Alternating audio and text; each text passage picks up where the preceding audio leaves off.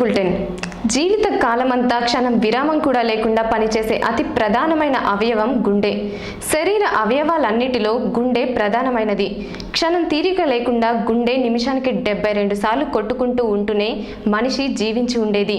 ఒక్క క్షణం అది ఆగితే 100 ఏళ్ల జీవితం అక్కడితో అంతమే. అంతటి విలువైన గుండె గురించి, దానికి వచ్చే జబ్బుల గురించి, నివారణ మార్గాల గురించి ప్రతి ఒక్కరూ తెలుసుకోవాల్సిన అవసరం ఎంతైనా ఉంది.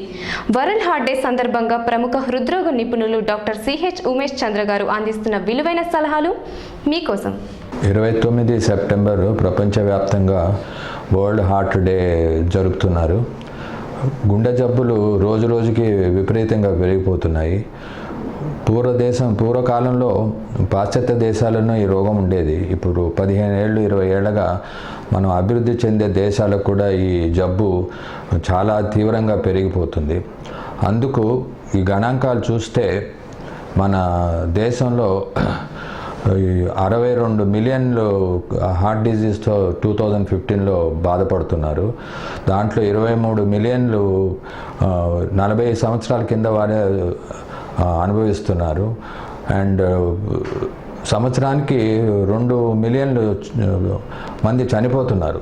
సో ఇది చాలా తీవ్రంగా పరిగణించి దాని యొక్క ముఖ్య కారణాలు, లక్ష్యాలు నివారించేది ఇవాళ నేను క్లుప్తంగా మీకు ఉన్న సమయంలో నేను వివరిస్తాను. హార్ట్ అటాక్ అంటే ఏంటంటే హార్ట్ రక్తనాళాల్లో కొవ్వు చేరిపోయి బ్లడ్ క్లాట్ అయ్యి సడన్గా హార్ట్ డ్యామేజ్ అవుతుంది అనమాట. హార్ట్ అటాక్ అయ్యి తీవ్రంగా డ్యామేజ్ అవుతుంది. అది ఎన్నో కారణాల వల్ల ఉంటాయన్నమాట. నేను ఫస్ట్ మీకు ఈ గణాంకాలు చెప్పాక తర్వాత కారణాలు, దాని యొక్క లక్షణాలు, ఎలా ప్రివెంట్ చేయడం చెప్తాను. ఈ గ్రామాలకిను పట్టణాలకు చూసుకుంటే ఆల్మోస్ట్ దేర్ ఇస్ ఒక 10-15% డిఫరెన్స్ ఉంది. పట్టణాల్లో ఈ జబ్బు చాలా ఎక్కువ ఉంది. ఎన్నో కారణాల వల్ల, లైఫ్ స్టైల్ వల్లే కాదు, స్ట్రెస్ వల్లే కాదు, ల్యాక్ ఆఫ్ ఎక్సర్సైజ్, ఇవన్నీ కూడా పట్టణాల్లో లేకపోవడం వల్ల హార్ట్ డిజీజ్ ఎక్కువ అవుతూ ఉంది. తర్వాత ముఖ్యంగా చెప్పాల్సింది ఏంటంటే దీంట్లో ఈ కారణాలు అనమాట. దీంట్లో కొన్ని మాడిఫైబుల్ ఫ్యాక్టర్స్ అని, నాన్ మాడిఫైబుల్ ఫ్యాక్టర్స్ అని ఉంటాయి అన్నమాట. మాడిఫైబుల్ అంటే మన చేతిలో ఉంది, మనం దాన్ని నివారించుకోవచ్చు, మనం మార్చుకొని నివారించుకోవచ్చు అనమాట. నాన్ మాడిఫైబుల్ ఫ్యాక్టర్స్ అంటే మన చేతిలో లేదు. ఫర్ ఎగ్జాంపుల్, మనం ఒక తల్లిదండ్రులు పుట్టాం, మనం ఇప్పుడు తల్లిదండ్రులు మార్చలేము. ఆ జీన్స్ అంటే అనమాట, వంశపారంపర్యంగా వచ్చేది మనం తల్లిదండ్రులు మార్చలేం కాబట్టి మన చేతిలో అది లేదు. తర్వాత ఆడోళ్ళకి మగోళ్ళకి కూడా చాలా వ్యత్యాసం ఉంటుంది. 45 సంవత్సరాల వరకు ఆడోళ్ళలో ఫీమేల్ హార్మోన్ ఈస్ట్రోజన్ వల్ల ప్రొటెక్షన్ ఉంటుంది. 50 ఏళ్ళ తర్వాత ఆడోళ్ళకి మగోళ్ళకి హార్ట్ అటాక్ సమానంగా వస్తూ ఉంటుంది అనమాట. తర్వాత సెక్స్ అనమాట, మనం ఆడబిడ్డగా పుడతామో మగవాళ్ళగా పుడతామో మన చేతిలో లేదు. మూడోది ఏజ్, మనం వయసు అవుతున్న కొద్దీ డిజీజ్ పెరుగుతుంది. ఈ మూడేమో నాన్ మాడిఫైబుల్ ఫ్యాక్టర్స్ అనమాట. మాడిఫైబుల్ రిస్క్ ఫ్యాక్టర్స్లో ముఖ్యంగా నంబర్ 1 కాజ్ ఏంటంటే స్మోకింగ్, టొబాకో. ఏదైనా ఏ పరంగా అయినా స్మోకింగ్, సిగరెట్ కానీ, పరాగ్ కానీ, టొబాకో, చూయింగ్ కానీ, జర్దా కానీ, నస్యం కానీ అన్నీ కూడా ఒకటే ఎఫెక్ట్. చాలామంది నేను సిగరెట్లు మానేసి జర్దా తింటున్నానని చెప్తారు. అది తప్పు. సిగరెట్లు ఎంత హాని చేస్తుందో జర్దా కూడా అంతే హాని చేస్తుంది. తర్వాత next important risk factor is obesity, స్థూలకాయం. ఓవర్ వెయిట్ ఉన్న కొద్దీ రిస్క్ ఫ్యాక్టర్ ఎక్కువ ఉంటుంది. ఓవర్ వెయిట్ ఉన్న కొద్దీ డయాబెటీస్ వచ్చే ఛాన్సెస్, తర్వాత బీపీ వచ్చే ఛాన్సెస్ ఉంటుంది అనమాట. అదొక ముఖ్య కారణం. మూడోది హై బీపీ, బ్లడ్ ప్రెషర్. మామూలుగా మాకు 2 రీడింగ్లు ఉంటాయన్నమాట, సిస్టాలిక్, డయాస్టాలిక్. సిస్టాలిక్ అనేది పై రీడింగు, డయాస్టాలిక్ కింద రీడింగు. నార్మల్గా ఐడియల్గా మనం 130 సిస్టాలిక్, డయాస్టాలిక్ 80లో పెట్టుకోవాలి. అది చాలా ఇంపార్టెంట్. చాలామంది తప్పు చేస్తారు ఏంటంటే బీపీ రికార్డ్ అయినాక కొన్ని రోజులు మందులు ఇచ్చాక నార్మల్ అయ్యిందని ఆపేస్తారు. అది తప్పు. అది మందుల వల్ల తగ్గుతుంది, ఆపేస్తే మళ్ళీ పెరిగిపోతుంది. అదొక ముఖ్యంగా మీరు గమనించిన విషయం. అలాగే నెక్స్ట్ రిస్క్ ఫ్యాక్టర్ వచ్చి sugar. High sugar is one of the important factors అనమాట. దీంట్లో కూడా 2 రీడింగ్స్ ఉంటాయి. ఫాస్టింగ్ అని, తినక ముందర తిన్నాక అని. తినక ముందర 110 హైయెస్ట్ రీడింగ్ ఉండాలా, తిన్న 2 అవర్స్కి 170 దాటకూడదు. దీంట్లో పెట్టుకుంటే మీకు ఏం ప్రాబ్లమ్స్ ఉండవు. Next cholesterol. కొలెస్ట్రాల్ అనేది కొవ్వు పదార్థం అనమాట. దాంట్లో 4 వెరైటీస్ ఉంటాయి. కొలెస్ట్రాల్ ఒకటి, ట్రైగ్లిజరైడ్స్ ఒకటి, ఎల్డిఎల్ అని. ఈ మూడు ఏమో చాలా చెడు cholesterol. HDL high density lipoprotein అనేది మంచి కొలెస్ట్రాల్ అన్నమాట. అది మీకు క్లుప్తంగా చెప్తాను. కొలెస్ట్రాల్ 150 లోపల పెట్టుకోవాలా, ట్రైగ్లిజరైడ్స్ 130 లోపల పెట్టుకోవాలా, అండ్ ఎల్డిఎల్ 100 లోపల పెట్టుకోవాలా, హెచ్డిఎల్ మోర్ దెన్ 50 ఉండాలి మంచి కొలెస్ట్రాల్. ఇలా పెట్టుకుంటే మీకు హార్ట్ అటాక్ రాకుండా నివారించుకోవచ్చు. Next, stress and strain. ఈ రోజుల్లో పట్టణంలో పనిచేసే వాళ్ళకి అందరికీ చాలా స్ట్రెస్ ఉంటుంది, చాలా యాంగ్షియస్గా ఉంటారు, ఫిట్స్ ఆఫ్ యాంగర్ వస్తూ ఉంటుంది, తర్వాత హైలీ యాంబిషియస్, ఒకటే రోజున లక్షలు కోట్లు సంపాదించుకునే యాంబిషన్ ఎక్కువ ఉంటుంది. అటువంటి వాళ్ళలో కూడా దీన్ని టైప్ ఏ పర్సనాలిటీ అంటారనమాట. సో అది రిలాక్స్ చేసుకోవాలి, కొంచెం half an hour of walking చేయాలా, వీలైతే ప్రాణాయామ చేసుకుని యోగా మెడిటేషన్ చేస్తే రిలాక్సేషన్ ఎక్కువ వల్ల స్ట్రెస్ బాగా డీస్ట్రెస్ చేసుకుంటే హార్ట్ అటాక్ రాకుండా చేసుకోవచ్చు. తర్వాత ఇప్పుడు కొత్తగా కొన్ని రిస్క్ ఫ్యాక్టర్స్ కనుగొనబడ్డాయన్నమాట. అది ఏంటంటే హై సిఆర్పి. మన ఇండియాలో high CRP, C reactive protein అనేది డిస్కవర్ చేశారు. అది కూడా రెగ్యులర్గా టెస్ట్ చేసుకోవాలి. అబవ్ 40 ఉండేవాళ్ళు, ఎస్పెషలీ సిటీలో ఉండేవాళ్ళు. హై సిఆర్పి హార్ట్ డిజీజ్కి రీచ్ అవుతుంది అనమాట. నెక్స్ట్, హై హోమోసిస్టిన్ అనేది ఒక పదార్థము, ఇట్స్ అ ప్రోటీన్ అనమాట. అది higher the level heart attack వచ్చే ఛాన్సెస్ ఎక్కువ అనమాట. సో అది కూడా సంవత్సరానికి ఒకసారి చెక్ చేసుకోవాలి. తర్వాత వైటమిన్ డి కూడా, లో వైటమిన్ డి ఉంటే కూడా ఒక కారణంగా ఇప్పుడు పరిగణించబడుతుంది అనమాట. సో వైటమిన్ డి కూడా అప్పుడప్పుడు చెక్ చేసుకుని అది కూడా లిమిట్ కరెక్ట్ లెవెల్స్లో ఉండేటట్టు చూసుకోవాలి. ఇవన్నీ కొత్త రిస్క్ ఫ్యాక్టర్స్ అనమాట. తర్వాత నెక్స్ట్ నేను మీకు చెప్పదలుచుకుంది ఏంటంటే హార్ట్ అటాక్ యొక్క లక్షణాలు అనమాట. తీవ్రమైన చెస్ట్ పెయిన్ వస్తుంది, భుజాల్లో లాగుతూ ఉంటుంది, చెమటలు వస్తాయి, కళ్ళు తిరుగుతాయి, ఆయాసం వస్తుంది. అప్పుడు ఇమీడియట్గా మీరు చేయవలసింది ఏంటంటే ఫస్ట్ ఇమీడియట్గా ఎమర్జెన్సీ రూమ్కి ఎవరికో దగ్గర ఉన్న హాస్పిటల్కి ఫోన్ చేయాలి. ఎందుకంటే ఫస్ట్ 2 hours ఇంపార్టెంట్ అనమాట. 80% of the deaths అక్కర్ in the first 2 hours అనమాట. అంత లోపల హాస్పిటల్ చేరితే వెంటనే ఇప్పుడు లేటెస్ట్ ట్రీట్మెంట్ క్లాట్ బస్టర్స్ అని ఉంటాయి అన్నమాట. ఈ రక్తం గడ్డగా పలచబట్టే ఇంజెక్షన్స్, టెనెక్టప్లేస్, స్ట్రెప్టోకైనేస్, యూరోకైనేస్, కొన్ని కేసులు యాంజియోగ్రామ్ ఫెసిలిటీ తోటి ఇమీడియట్గా యాంజియోగ్రామ్ చేసి ప్రైమరీ యాంజియోప్లాస్టీ స్టెంటింగ్ అని చేసి హార్ట్ డ్యామేజ్ కాకుండా ప్రివెంట్ చేసి డెత్స్ ప్రివెంట్ చేయొచ్చు. సో ఇంపార్టెంట్ థింగ్ ఈజ్ ఇమీడియట్గా వితిన్ 2 hours హాస్పిటల్కి వెళ్తే చాలామంది ప్రాణాలు పోకుండా మనం కాపాడుకోవచ్చు. తర్వాత హాస్పిటల్లో ఫెసిలిటీస్ ఉంటాయి షాక్ ఇవ్వడానికి. ఎంతోమంది కార్డియాక్ అరెస్ట్ VT-VF వల్ల చనిపోతారు అనమాట. అదే హాస్పిటల్లో చేరితే ఇమీడియట్గా మానిటర్ చేసి డీఫిబ్రిలేట్ చేసి వాడిని బతికించగలరు. మనం వెయిట్ చేసి డిలే చేస్తే ప్రాబ్లం వస్తుంది అనమాట. తర్వాత ఆస్పిరిన్ కానీ సార్బిట్రేట్ అనే ట్యాబ్లెట్ ఉంటే నాలుగు కింద పెడితే అది చాలా వరకు హెల్ప్ చేస్తుంది. అందరి దగ్గర ఇప్పుడు సార్బిట్రేట్, ఆస్పిరిన్ ప్రతి దగ్గర ఉంటుంది. ఇమీడియట్గా నాలుగు కింద పెట్టి అంబులెన్స్లో పంపించేస్తే చాలామందికి మనం ఫస్ట్ ఎయిడ్ సరిగ్గా చేసినట్టు అవుతుంది అనమాట. నెక్స్ట్, ప్రివెన్షన్ అంటే మనకు ముందు కారణాలు ఆల్రెడీ చెప్పాను కదా. స్మోకింగ్ కానీ మానేస్తే 80% ఛాన్సెస్ ఆఫ్ హార్ట్ అటాక్ రాకుండా కాపాడుకోవచ్చు. రెండోది, బీపీ బాగా 120/80 ఆర్ 130/80 పెట్టుకొని పీరియాడికల్గా మానిటర్ చేసుకోవాలి. Self monitoring blood pressure operators దొరుకుతున్నాయి, ఇంట్లోనే మానిటర్ చేసుకోవచ్చు. అలాగే షుగర్ కూడా మనం సెల్ఫ్ మానిటరింగ్ మెషిన్స్ ఉన్నాయి. 10 రోజులకు ఒకసారి షుగర్ చేసుకొని ఫాస్టింగ్ 110, పోస్ట్ లంచ్ 160, 170 లోపల పెట్టుకుంటే హార్ట్ అటాక్ రాకుండా కాపాడుకోవచ్చు. నెక్స్ట్, 6 నెలలకు ఒకసారి కొలెస్ట్రాల్ టెస్ట్ చేసుకుని నేను చెప్పిన విధంగా కొలెస్ట్రాల్ 150, ట్రైగ్లిజరైడ్స్ 130, LDL 100 లోపల, HDL మోర్ దెన్ 50 పెట్టుకుంటే హార్ట్ అటాక్ రాకుండా కాపాడుకోవచ్చు. తర్వాత ముఖ్యంగా మనకి ఖర్చు లేని ఇదేంటంటే ఎక్సర్సైజ్. బ్రిస్క్గా ఒక 30 నిమిషాలు రోజుకు నడిస్తే అది చాలా చాలా హెల్ప్ చేస్తుంది. నెక్స్ట్, ఖర్చు లేని ఇదేంటంటే బ్రీదింగ్ ఎక్సర్సైజెస్, ధ్యానం చేసుకోవడం, మెడిటేషన్ చేయడము, ఇవన్నీ ఖర్చు లేకుండా మనం హార్ట్ అటాక్ రాకుండా చేసుకోవచ్చు. ఇప్పుడు ముఖ్యంగా మేము చూసేది ఏంటంటే అందరు చిన్న వయసు నుంచి ఫాస్ట్ ఫుడ్స్ తినడము, జంక్ ఫుడ్స్ తినడము, కోకోకోలా, పెప్సీలు తాగడము, ఇవన్నీ కూడా చాలా bad items of the food. అది ముఖ్యంగా కారణాలు హార్ట్ అటాక్ రావడానికి. అది మానేసి రెగ్యులర్గా ఎక్సర్సైజ్ చేసి బాడీ వెయిట్ చేసుకుని కొంచెం ప్రశాంతంగా ఉండి స్ట్రెస్ లేకుండా ఉంటే తప్పకుండా మీరు హార్ట్ అటాక్ నివారించుకోవచ్చు. ఇదే నా సందేశం. నేను 35 సంవత్సరాలుగా కార్డియాలజీ ప్రాక్టీస్ చేస్తున్నాను. నా తొలి 10 సంవత్సరాలు అంటే డీకేడ్లో హార్ట్ అటాక్ సంబంధించి చాలా తక్కువ మెడిసిన్స్ ఉండే. అసలు 72-73లోనే ఫస్ట్ మానిటరు ఐసీసీ వచ్చింది ఉస్మానియా హాస్పిటల్. అంతకుముందు అసలు మానిటరింగ్ ఐసీసీలు ఏమి ఉండే కావు. 72-73 నుంచి 82-83 వరకు ఈ మానిటరింగ్, ఐసీసీ ఫెసిలిటీ, ఈ పేసింగ్ ఫెసిలిటీ వచ్చి కొంచెం ఇంప్రూవ్మెంట్ అయిందనమాట. అప్పుడు కూడా ఈ బ్లడ్ క్లాట్ డిజాల్వ్ చేసే డ్రగ్స్ లేవు. 82-83 నుంచి సెకండ్ డీకేడ్ అనమాట.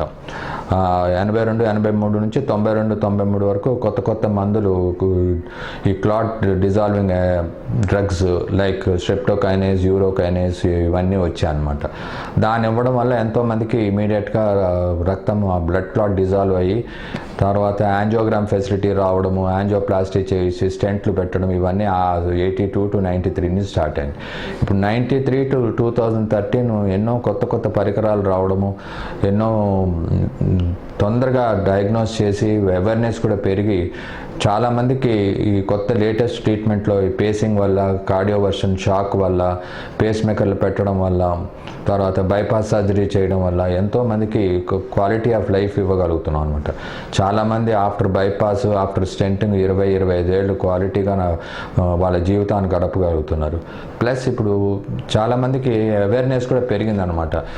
రెగ్యులర్గా వాళ్ళకి ఏమి లేకపోయినా కూడా సంవత్సరానికి ఒకసారి వచ్చి టీఎంటీ చేయించుకోవడము, కొలెస్ట్రాల్ టెస్ట్ చేయించుకోవడము, తర్వాత ఈ స్మోకింగ్ మానేయడము, తర్వాత ఈ రెగ్యులర్గా మందులు తీసుకొని పీరియాడికల్ చెకప్స్ చేయడం వల్ల కూడా కొంతమందికి ముందుగా మనం రాబోయేది ముందుగానే తెలుసుకొని యాంజియోగ్రామ్ చేసి ఒకవేళ 80% బ్లాక్ ఉంటే స్టెంట్ పెట్టేస్తే హార్ట్ అటాక్ రాకుండా కూడా చేస్తున్నారు. ఇప్పుడు చాలా డెవలప్మెంట్స్ వస్తున్నాయి. ఇంకా రాబోయే ముందర ఈ టెక్నాలజీ వల్ల ఈ మన దాన్ని ఏమంటారు, ఐటీ టెక్నాలజీ వల్ల ఇంట్లో కూర్చొని మనం ఈసీజీ డాక్టర్కి పంపించవచ్చు. ఆ ఫెసిలిటీస్ కూడా వస్తున్నాయి అన్నమాట కొత్తగా. తర్వాత 24 అవర్స్ హార్ట్ మానిటరింగ్ చేసే రికార్డింగ్స్, 24 అవర్స్ బీపీ మానిటరింగ్ చేసే మెషిన్స్, అవన్నీ కూడా చాలా టెక్నాలజికల్గా చాలా అభివృద్ధి చెందుతుంది. అభివృద్ధి చెందుతున్న కొద్దీ కూడా రోగాలు కూడా నంబర్స్ పెరిగిపోతున్నాయి. సో మనకు బాధ్యత ఉందన్నమాట. Prevention is any day better than cure. So ముఖ్యమైన విషయాలు చెప్పాను కాబట్టి అది గమనించి మీరు కాపాడుకుంటే మీకు జీవితం బాగా హాయిగా ఉంటుంది. ఇది ఇవాల్టి breaking news health bulletin.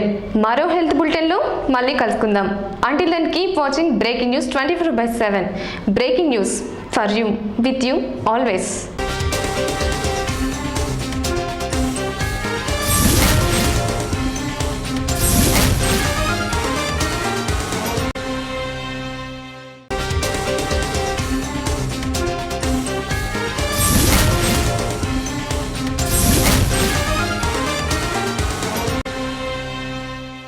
Welcome to breaking news health bulletin.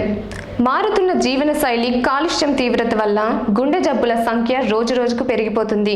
దీంతో ప్రమాదకరమైన గుండె జబ్బులు మనిషిని వెంటాడుతున్నాయి. గుండె జబ్బులు చిన్న పెద్ద వయసుతో సంబంధం లేకుండా ఏ వయసు వారికైనా వస్తున్నాయి. అందుకే గుండె జబ్బులు, వాటి నివారణకు సంబంధించిన అంశాల పట్ల అందరికీ అవగాహన పెరగాలి. వరల్డ్ హార్ట్ డే సందర్భంగా senior consultant cardiologist doctor Sunil Kumar breaking news 24/7 వ్యూయర్స్కు విలువైన సలహాలు అందిస్తున్నారు.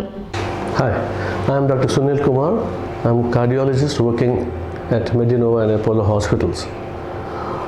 On the occasion of the World Heart Day, which falls on the 29th of September, I would like to highlight before you a few facts about coronary artery disease.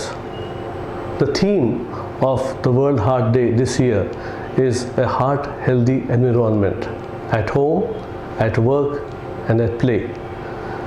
This is important to follow because Indians as such are highly prone to coronary artery disease, and heart attacks and heart-related ailments have now become the #1 killers in our country. Why does this happen? Of course, we have a genetic tendency to increased coronary artery disease. But in addition to genetic tendency, there are certain risk factors which contribute to the increasing incidence of coronary artery disease. What are these risk factors? The most important is smoking. Smoking increases risk of heart disease to a very great extent, and even if you stop smoking today, then only after a couple of years then the risk will come down. Secondly, diabetes. Diabetes accounts for a large population in our country, and these populations are at increased risk for heart disease. It is important to diagnose, treat, and follow the doctor's recommendations in control of diabetes to avoid complications like heart disease. Thirdly, hypertension, high blood pressure. This is a silent killer. You won't know that you're suffering from high blood pressure unless you get checked up. So please get your blood pressures checked up regularly, and if they are high, please get them controlled with medications, diet, and various other lifestyle modifications. But today, the most important thing that is happening in our country is the sedentary lifestyle. People are not walking, the weights are increasing, and the diet has become heavily westernized, and more of saturated fats, oily foods, and infrequent meals. Particularly in the IT sector, you can see that people are working long hours, particularly at nights, and irregular hours, and even the diet that is supplied to them in the companies are full of oils and unhealthy things. So what has to be done is that we have to modify our lifestyles to see that we exercise enough. A recommended exercise regime is to do walking 30 to 40 minutes per day for at least 5 days in a week.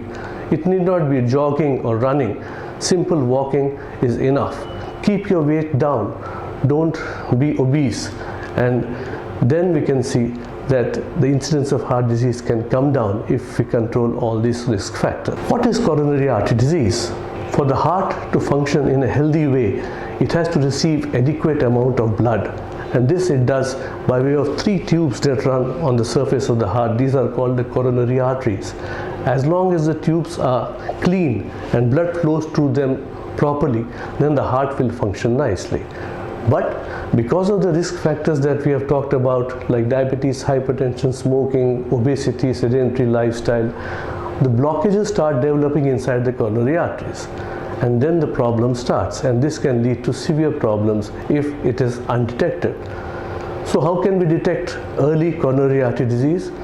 If you're undergoing routine tests, we can diagnose coronary artery disease at a very early stage. When you first visit a doctor for routine test, he will order for you tests like blood sugar and lipid profile, which include cholesterol to know bad cholesterol, triglycerides, and other things which are detrimental to the heart.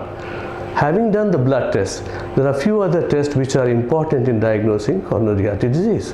For example, the echocardiography will show us whether the heart is functioning properly or not. It will show us the power of the heart, and also the blood supply in the valves. Valves are different from coronary arteries. Coronary arteries are the channels for blood supply to the heart. To diagnose blockages inside that, we have to subject a patient to what is called a treadmill test, also commonly called a stress test, where we make the person walk on the treadmill and look for changes in the ECG. If the treadmill test shows that there are changes in the ECG, then we can start suspecting blockages at a very early stage. And if the treadmill test is positive, then we ask the patient to undergo further investigations. The standard investigation, of course, is coronary angiogram, where we inject dye into the heart and see the circulation and the blockages. But a very recent technology that has now come up to diagnose coronary artery disease is called a CT coronary angiography, where the same thing, the arteries of the heart are seen by way of a fast CT, 64 slice CT, and we can get very good images of the coronary artery disease to diagnose or rule out the blockages inside the heart. If you detect blockages in the angiogram, then what is to be done? Not every case which has blockages is subjected to surgery or procedures. Many a times, a good medical treatment, healthy lifestyle, and control of diabetes and hypertension is enough as a treatment for coronary artery disease. But if the blockages are severe, then we can subject the patient to procedures. The commonest procedure that's done is called the PTCA or the angioplasty, where we put a balloon inside the artery and open up the blockage, and to make it remain open, we put what is called a stent, which is a metal tube inside the heart, and then the blockages are removed and the circulation is restored. Unfortunately, many patients come to us at a late stage where all the three arteries have developed blockages. If that happens, then the patient has to go for what is called coronary artery bypass surgery, where we put new tubes and the circulation is restored. But having said that, these are treatments which will make the patient adopt a normal lifestyle. Once he undergoes this procedure, he becomes practically normal. What are the symptoms of heart disease? The commonest symptom is chest pain, and the pain will be here behind the breastbone, and this is a crushing type of pain, particularly which comes on walking or climbing stairs. If you get this, please don't say that it is a gas problem or anything. Please approach your doctor and undergo these tests so that the blockages can be diagnosed at an early stage. Unfortunately, some people develop a heart attack as a first symptom of heart disease, but now we have got very good treatments for heart attacks. That is, we've got special medications which can bust the clot that forms inside the heart. Also, angioplasty and stenting can be done when patients come to us with heart attack at an early stage. So I've till now talked about the various aspects of coronary artery disease. And you can realize that there's nothing to worry about. If you come to a doctor at an early stage, adopt a healthy lifestyle and change your dietary habits, then everything will be controlled. And that is the reason why the theme of the World Heart Day this time is a heart healthy environment at home, work or play. At home, you should change your diet.